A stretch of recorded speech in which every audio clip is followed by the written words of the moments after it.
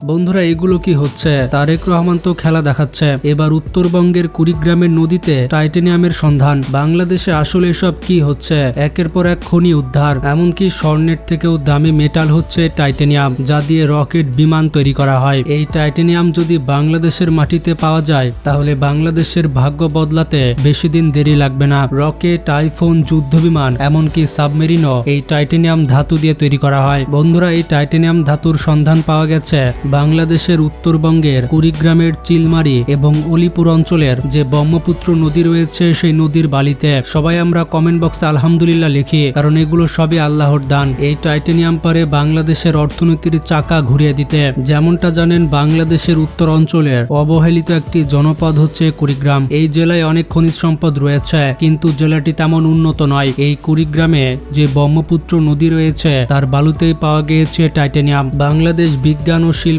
গবেষণা পরিষদের গবেষকরা এই বালুর মধ্যে খুঁজে পেয়েছেন জাদুকরি মেটাল টাইটানিয়াম। এর সাথে বাই প্রোডাক্ট হিসেবে পাওয়া গেছে ইলমেনাইট এবং রুটাইল নামের মূল্যবান খনিজ সম্পদ। আপনারা জেনে অবাক হবেন, বালুর মধ্যে প্রায় 2 থেকে 3% মূল্যবান খনিজ রয়েছে। কিছু ক্ষেত্রে প্রতি বর্গ কিলোমিটারে 1000 কোটি টাকার সমপরিমাণ খনিজ সম্পদ থাকার সম্ভাবনা রয়েছে। কিন্তু প্রশ্ন হলো, এই টাইটানিয়াম এত গুরুত্বপূর্ণ কেন?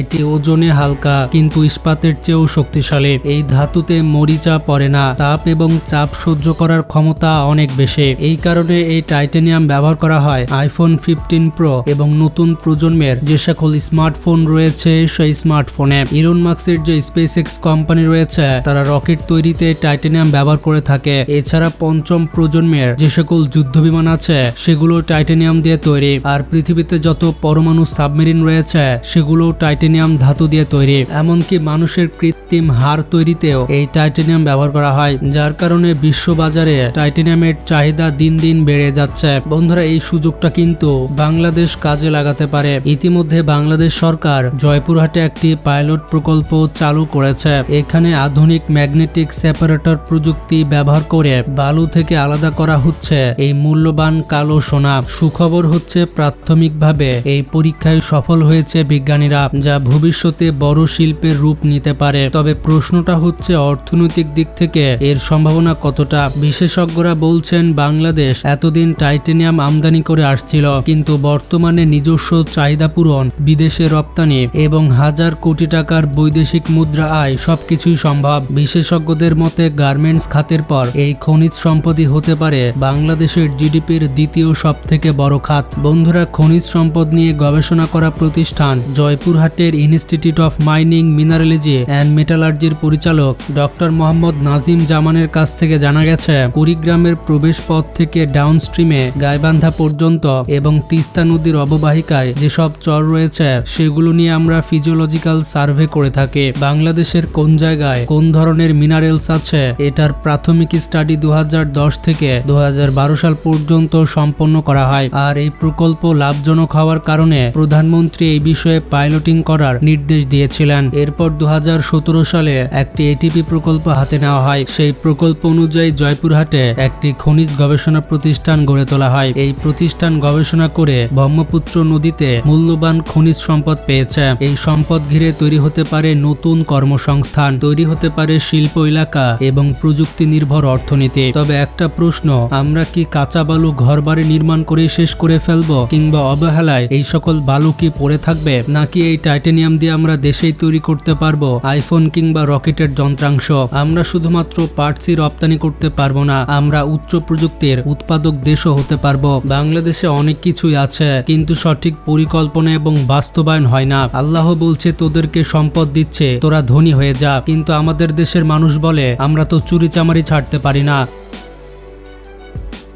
শুধু এতটুকুই নয়, বাংলাদেশে টাইটানিয়ামের পাশাপাশি ইউরেনিয়ামের খনিও পাওয়া গেছে। হ্যাঁ বন্ধুরা, ঠিকই শুনেছেন, ইউরেনিয়ামের খনি বাংলাদেশে রয়েছে। সোনার থেকেও দামি এই দুষ্প্রাপ্য রাসায়নিক পদার্থটি অবহেলার মধ্যে পড়ে আছে দেশের বিভিন্ন বালুকা রাশিতে। বন্ধুরা, এই ইউরেনিয়াম কেন উত্তোলন করা হচ্ছে না? কেন আমরা পরমাণু বোমা তৈরি করতে পারছি না? বন্ধুরা, বাংলাদেশের সিলেটের জয়ন্তাপুরে পাওয়া গেছে বিশাল ইউরেনিয়ামের মজুদ। সিলেটের জয়ন্তাপুরে আবিষ্কৃত এই ইউরেনিয়াম হচ্ছে বিশ্বের সর্বোচ্চ উচ্চ ক্ষমতা সম্পন্ন ইউরেনিয়াম। আমরা জানি ইউরেনিয়াম হচ্ছে পারমাণবিক অস্ত্র তৈরির প্রধান কাঁচামাল। বাংলাদেশ পরমাণু শক্তি কমিশনের প্রধান বৈজ্ঞানিক কর্মকর্তা এ.কে.এম. ফজলে কিবরিয়া জানান, যেখানে বিশ্বের অধিকাংশ ইউরেনিয়াম খনিতে মাত্রা থাকে 300 থেকে 1000 ppm, সেখানে বাংলাদেশের সিলেট ও মৌলভীবাজার অঞ্চলে পাওয়া ইউরেনিয়ামের ঘনত্ব 1200 থেকে 2500 ppm, যা এটিকে অত্যন্ত উচ্চমানের ইউরেনিয়ামে পরিণত করেছে।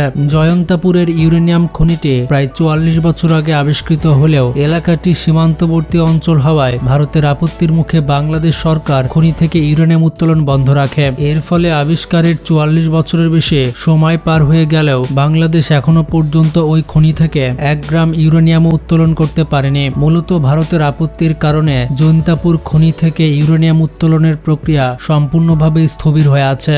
ভারত দাবি করে থাকে সীমান্ত অঞ্চলে ইউরেনিয়াম উত্তোলন করা হলে তা তাদের সীমান্তবর্তী অঞ্চলে তেজস্ক্রিয়তা ছড়িয়ে পড়ার ঝুঁকি সৃষ্টি করবে। এর জন্য তারা জৈন্তাপুর খনি থেকে ইউরেনিয়াম উত্তোলনে কূটনৈতিক বাধা সৃষ্টি করছে। অথচ একই সময়ে জৈন্তাপুরের সীমান্ত থেকে মাত্র 35 কিলোমিটার দূরে ভারতের মেঘালয়ের পাহাড়ের নিচে অবস্থিত ইউরেনিয়াম খনি থেকে ভারত নিয়মিতভাবে ইউরেনিয়াম উত্তোলন করে যাচ্ছে। কিন্তু আমরা যদি উত্তোলন করতে যাই তাহলে সেটা দোষ হয়ে যাবে। বর্তমানে চীন, রাশিয়া, যুক্তরাষ্ট্র, ফ্রান্স সহ পৃথিবীর বিভিন্ন দেশের কাছে ইউরেনিয়াম উত্তোলনের আধুনিক প্রযুক্তি রয়েছে।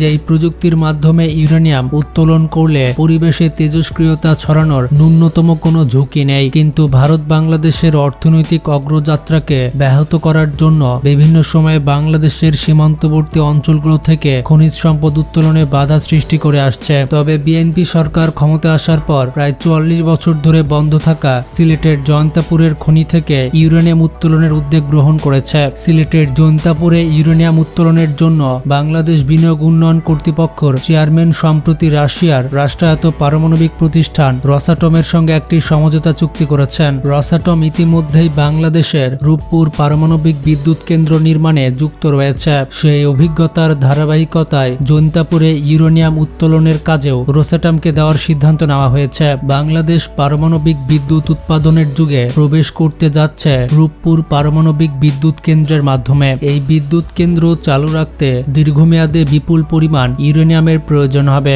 বর্তমানে এই ইউরেনিয়ামের প্রায় পুরোটা বিদেশ থেকে আমদানি করতে হচ্ছে। কিন্তু সিলেটের জৈন্তাপুর থেকে এবং মৌলভীবাজারে ইউরেনিয়ামের খনি থেকে ইউরেনিয়াম উত্তোলন শুরু হলে বাংলাদেশের বিপুল পরিমাণ বৈদেশিক মুদ্রার সাশ্রয় হবে। বন্ধুরা, বাংলাদেশে প্রথম ইউরেনিয়ামের সম্ভাব্য খনি চিহ্নিত করা হয় 1975 সালে। বাংলাদেশ পরমাণু শক্তি কমিশন মৌলভীবাজার জেলার জুড়ি উপজেলার ফুলতলা ইউনিয়নের সারেরগঞ্জ পাহাড়ে ইউরেনিয়াম খনিজের উপস্থিতি শনাক্ত করে। পরবর্তীতে 1981 সালের মার্চ মাসে তৎকালীন রাষ্ট্রপতি শহীদ জিয়াউর রহমান ওই এলাকা পরিদর্শন করেন। তার নির্দেশে বাংলাদেশ পরমাণু শক্তি কমিশনের সিনিয়র ভূতত্ত্ববিদ ডক্টর নজরুল ইসলামের তত্ত্বাবধানে সংগ্রহ করা হয় নমুনা এবং নমুনা পরীক্ষার জন্য জাপানে পাঠানো হয়। জাপানের আণবিক জ্বালানি গবেষণাগারে পরীক্ষা করার পর নিশ্চিত করা হয় ওই পাহাড়ে ইউরেনিয়াম সহ মূল্যবান তেজস্ক্রিয় খনিজের উপস্থিতি রয়েছে। পরবর্তীতে ভূতাত্ত্বিক জরিপ অধিদপ্তর জিএসবি এবং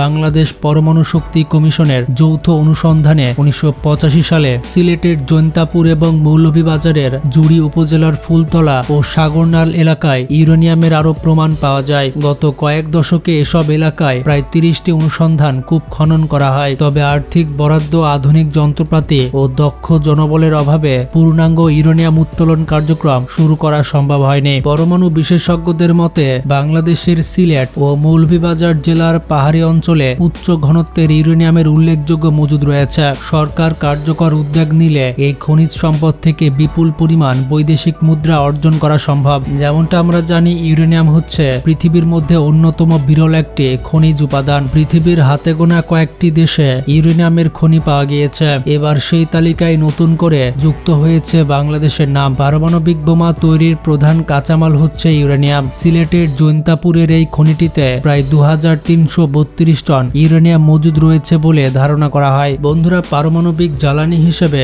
ইউরেনিয়ামের শক্তি ধারণ ক্ষমতা অত্যন্ত বেশি। পরিসংখ্যান অনুযায়ী মাত্র 1 কেজি ইউরেনিয়াম থেকে প্রতিদিন প্রায় 7000 মেগাওয়াট বিদ্যুৎ উৎপাদনের সমপরিমাণ শক্তি পাওয়া সম্ভব। মানে একবার চিন্তা করুন, মাত্র 1 কেজি ইউরেনিয়াম দিয়ে 7000 মেগাওয়াট বিদ্যুৎ উৎপাদন করা সম্ভব। পারমাণবিক ফিশন প্রক্রিয়ায় 1 কেজি ইউরেনিয়াম থেকে যে পরিমাণ শক্তি উৎপন্ন হয় তা অর্জনের জন্য প্রায় 30 লক্ষ কেজি কয়লা অথবা 250 বিলিয়ন ঘনফুট প্রাকৃতিক গ্যাস পোড়াতে হয়। এই উচ্চ শক্তি ঘনত্বের কারণে ইউরেনিয়াম বিশ্বব্যাপী জ্বালানি নিরাপত্তা ও বিদ্যুৎ উৎপাদনের ক্ষেত্রে গুরুত্বপূর্ণ একটি সম্পদ হিসেবে বিবেচিত।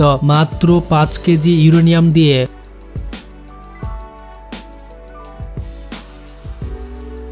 একটি বিশাল ধ্বংসাত্মক পারমাণবিক বোমা তৈরি করা যায়। আর এদিকে বাংলাদেশের মাটিতে ইউরেনিয়ামের মজুদ থাকা সত্ত্বেও বাংলাদেশ পারমাণবিক বোমা তৈরি করতে পারবে কিনা তা মূলত নির্ভর করে দেশের রাজনৈতিক নীতি নির্ধারকদের সিদ্ধান্তের উপরে। বাংলাদেশ যদি পারমাণবিক অস্ত্র কর্মসূচিতে অগ্রসর হতে চায় তাহলে সেটি অত্যন্ত গোপনীয়তার সঙ্গে পরিচালনা করতে হবে।